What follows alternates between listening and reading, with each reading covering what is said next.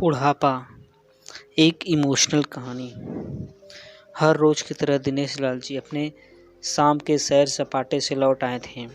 वह अपने जूते उतार ही रहे थे कि बहू ने पूछा, बाबूजी हम सब पार्टी में जा रहे हैं, हम वहीं से खाकर आएंगे।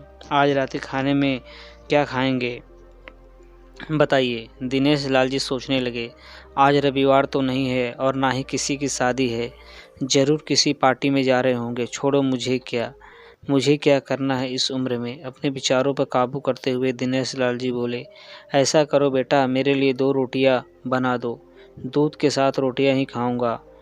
बहू तुरंत बोल उठी, बाबूजी सुबह ही जो बनाई थी उनमें से 2 रोटियां अभी भी बची हुई हैं। अगर आप बहू ने अपना वाक्य अधूरा ही रहने दिया, लेकिन दिनेश लाल जी अच्छी तरह समझ गए कि वह क्या कहना चाहती थी। सुबह की रोटियां खाई तो गैस हो जाएगा। सुबह भी बहू ने मसाले वाली सब्जी ही बनाई थी, जिसके चलते अभी तक खट्टी डकारें आ रही हैं। और इस उम्र में पेट को संभालना मतलब किसी बिगड़े हुए बच्चे को संभालने से भी ज़्यादा कठिन काम। बाबूजी बहू से बोले, नहीं बेटा, इस उम्र में सुबह की रोटी या नहीं खा सकता। तुम्हें थोड़ी तकलीफ होगी, लेकिन मेरे लिए 2 ताज़ी रोटी बना दो। बहू को बहुत गुस्सा आया और गुस्से में ही बड़बड़ाते हुए उठी, अब 2 रोटियां बनाओ या 10, काम तो उतना ही बढ़ेगा। आटा गूँथो, रोटियां बनाओ, किचन और बर्तन साफ करो। इन्हें क्या है, इन्हें सिर्फ ऑर्डर देना है, काम तो मुझे करना पड़ता है ना। बस दिन रात इनकी ही सेवा करते रहो।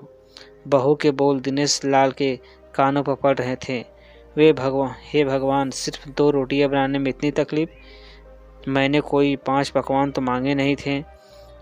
उन्हें बहुत गुस्सा आ गया, लेकिन गुस्सा वहाँ किया जाता है जहाँ कोई सुनने वाला हो।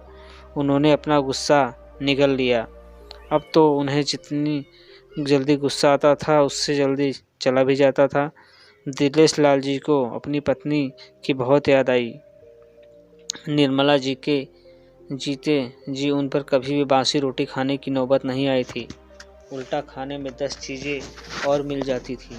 खाने के साथ मीठा पापड़, अचार, दही, छाछ, सलाद और पता नहीं क्या क्या। दिनेश जी को बहुत बुरा लग रहा था। रहने दो बहू, मैं सुबह की रोटी ही खा लूँगा, फिजूल में तुम्हें तकलीफ़ होगी, और वैसे भी तुम्हारे हाथों की रोटियां बहुत ही मुलायम होती है, मुझे चलेगा। मेरी वजह से तुम लोगों को देर नहीं होनी चाहिए। बहू को तो सोने पे सुहागा मिल गया। वह अपनी आवाज़ मीठी करते हुए बोली, बाबूजी आप चाय लेंगे क्या? दिनेश जी को अपने चाय पीने की इच्छा को दबाते हुए बोले, वैसे कोई ख़ास इच्छा नहीं है चाय पीने की, मगर तुम अपने लिए बना रही हो तो मेरे लिए भी थोड़ी बना दो। नहीं क्या? दिनेश जी को बहुत बुरा लग रहा था। रहने दो बहू, मैं सुबह की रोटी खा लूँगा, फिजूल में तुम्हें तकलीफ़ होगी, बोल कर टाल देता हूँ। मेरे बाद तेरा ही तो सब कुछ, और फिर भी 1 कप चाय और 2 ताज़ी रोटियों के लिए तरसना पड़ता हो तो उन बूढ़ों को क्या होता होगा जिसके पास संपत्ति के नाम पर सिवा पुरानी यादों के कुछ नहीं होता।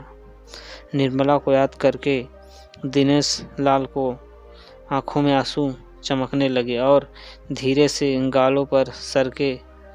निर्मला के होते हुए उनके घर का कोई भी काम नहीं किया था।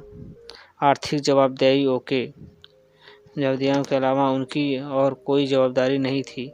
उनके व्यापार ने भी उन्हें अच्छा साथ दिया था। वह भी निर्मला से बहुत प्यार करते थे, लेकिन कभी जता या बता नहीं पाए।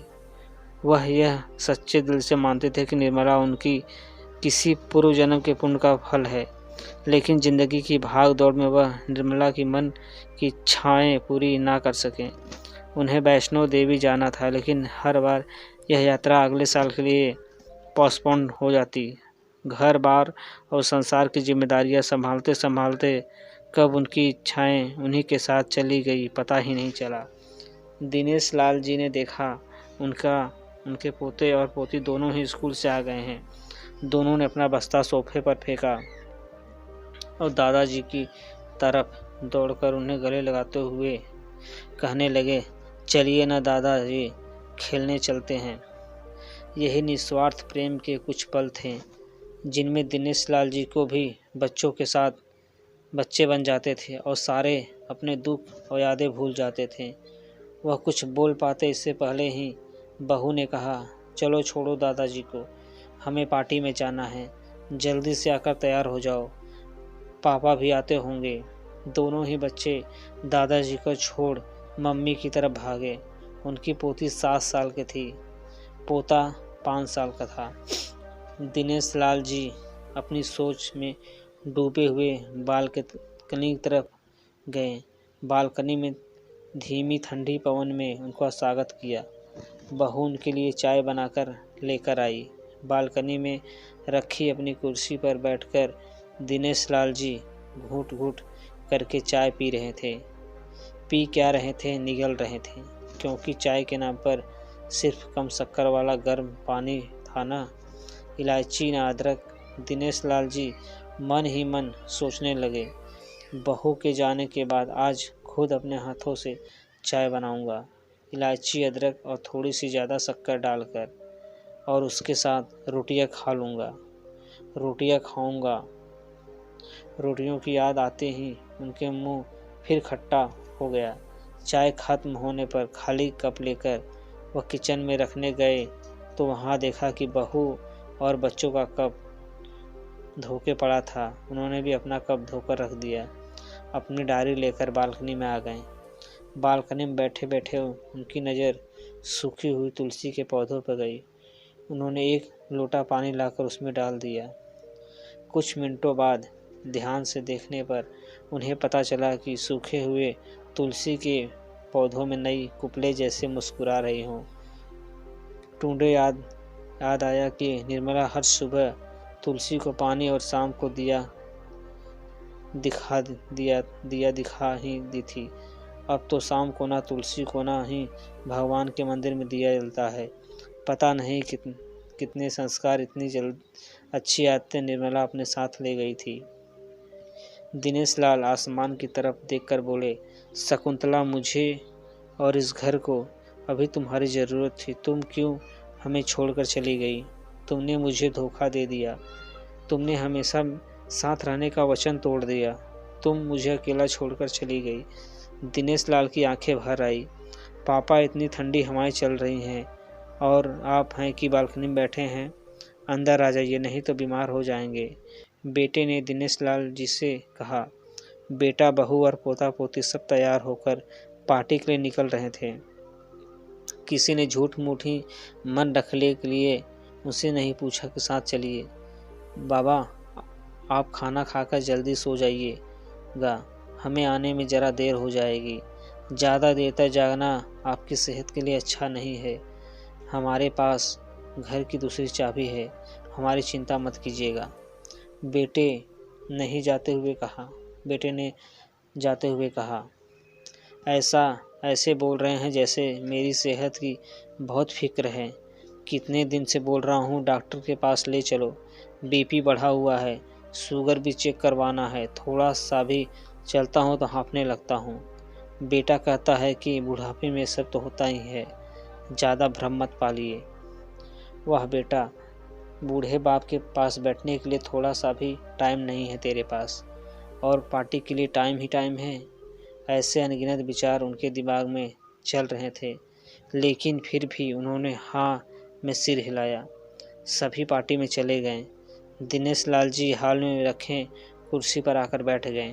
खाना खाने की भी कोई इच्छा थी ही नहीं, इसलिए टीवी चालू की। आज वैलेंटाइन डे था, प्यार का दिन था, इसलिए टीवी पर भी उसी के बारे में दिखा रहे थे। दिनेश लाल जी को की नज़रें पास में रखे अपनी पत्नी की फ्रेम में गई, जिसने लाल कलर की साड़ी पहन रखी थी।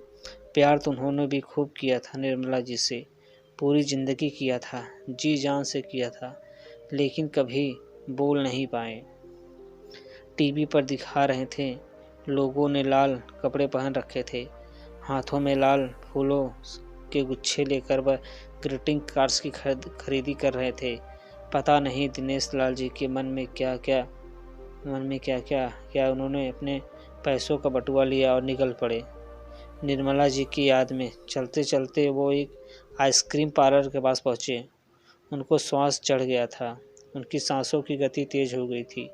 आइसक्रीम पार्लर के पास एक कुर्सी पर वह आकर बैठे। तभी वहाँ एक छोटी बच्ची आई जो गुब्बारे बेच रही थी। बच्ची बोली, दादाजी गुब्बारे लोगे क्या?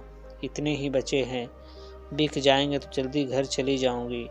दिनेश लाल जी ने देखा 10-12 रंग बिरंगे गुब्बारे थे। उन्हें याद आया कि निर्मला जी को भी गुब्बारे बहुत पसंद थे, लेकिन अब गुब्बारे लेकर क्या करूं? उन्हें बच्ची की आंखों में सच्चाई और आशा दिखी। उन्होंने 200 दिए और सारे गुब्बारे खरीद लिए।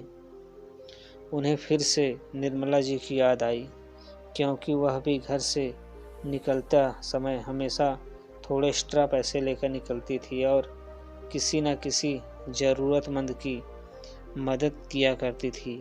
कभी वो टोकते तो वह कहती, हमें भगवान ने लेने वालों के नहीं देने वालों की लाइन में खड़ा किया है और थोड़े से रुपयों के बदले में लाखों की दुआएं मिलती हैं, तो मुझे टोका मत कीजिए।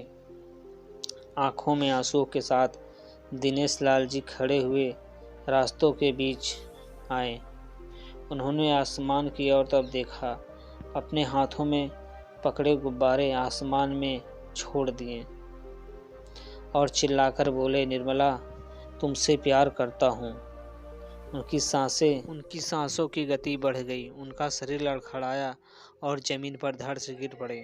आसपास के लोगों को कुछ भी पता चल पाए उससे पहले ही दिनेश लाल जी ने इस मोह माया को त्याग दुनिया को अलविदा कह दिया। उन्हें अपनी पत्नी से मिलने की बहुत जल्दी थी। दोस्तों, अगर आपको हमारी कहानी पसंद आए तो प्लीज़ हमारे चैनल को लाइक, सब्सक्राइब और शेयर जरूर करें।